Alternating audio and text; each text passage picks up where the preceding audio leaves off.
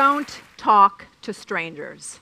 You have heard that phrase uttered by your friends, families, schools, and the media for decades.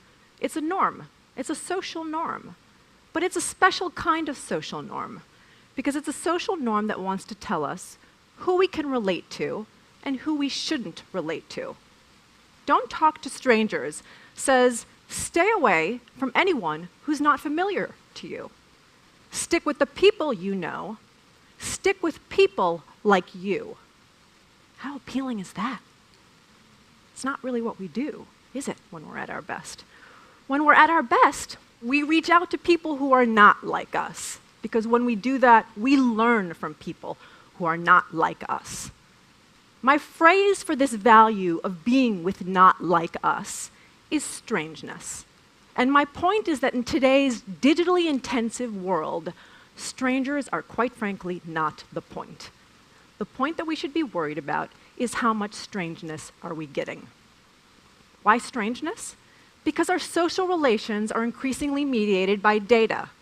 And data turns our social relations into digital relations. And that means that our digital relations now depend extraordinarily on technology to bring to them a sense of robustness, a sense of discovery, a sense of surprise and unpredictability. Why not strangers? Because strangers are part of a world of really rigid boundaries. They belong to a world of people I know versus people I don't know. And in the context of my digital relations, I'm already doing things with people I don't know. The question isn't whether or not I know you. The question is, what can I do with you? What can I learn with you? What can we do together that benefits us both? I spend a lot of time thinking about how the social landscape is changing, how new technologies create new constraints and new opportunities for people. The most important changes facing us today have to do with data and what data is doing to shape the kinds of digital relations that will be possible for us in the future. The economies of the future depend on that. Our social lives in the future depend on that. The threat to worry about isn't strangers. The threat to worry about is whether or not we're getting our fair share of strangeness. Now, 20th century psychologists and sociologists were thinking about strangers, but they weren't thinking so dynamically about human relations. And they were thinking about strangers in the context of influencing practices. Stanley Milgram, from the 60s and 70s, the creator of the small world experiments, which became later popularized as 6 degrees of separation, made the point that any two arbitrarily selected people were likely connected from between 5 to 7 intermediary steps. His point was that strangers are out there. We can reach them. There are paths that enable us to reach them. Mark Granovetter, Stanford's sociologist, in 1973 in his seminal essay, The Strength of Weak Ties, made the point that these weak ties that are a part of our networks, these strangers, are actually more effective at diffusing information to us than our strong ties, the people closest to us.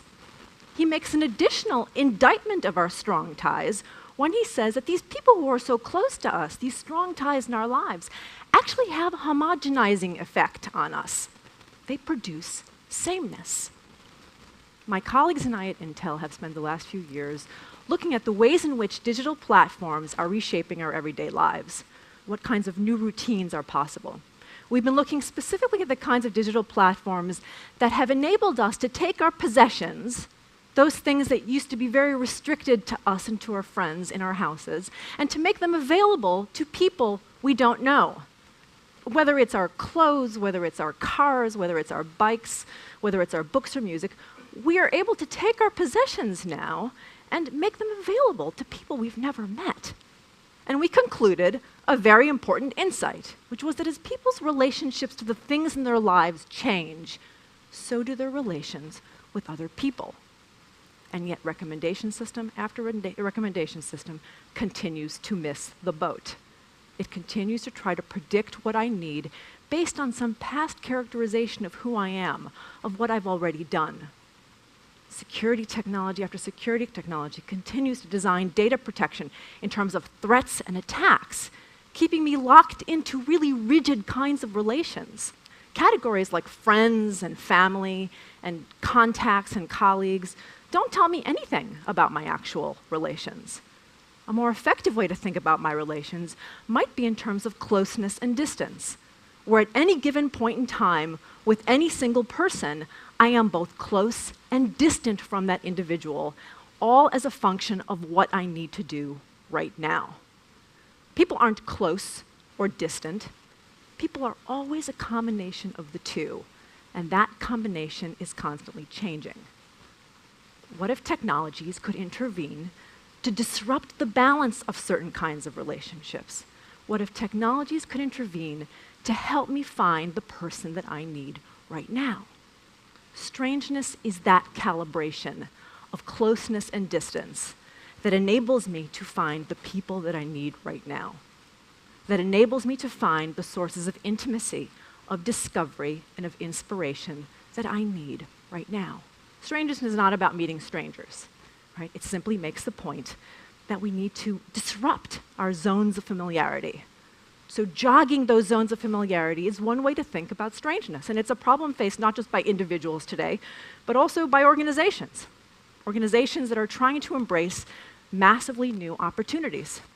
Whether you're a political party, insisting to your detriment on a very rigid notion of who belongs and who does not, whether you're the government, protecting social institutions like marriage and restricting access of those institutions to the few, whether you're a teenager in her bedroom who's trying to jostle her relations with her parents. Strangeness is a way to think about how we pave the way to new kinds of relations.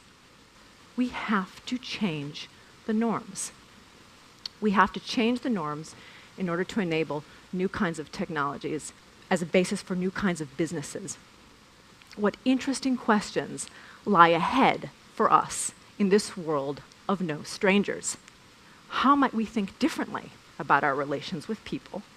How might we think differently about our relations with distributed groups of people? How might we think differently about our relations with technologies, things that effectively become social participants in their own right? The range of digital relations is extraordinary. In the context of this broad range of digital relations, safely seeking strangeness might very well be a new basis for that innovation. Thank you.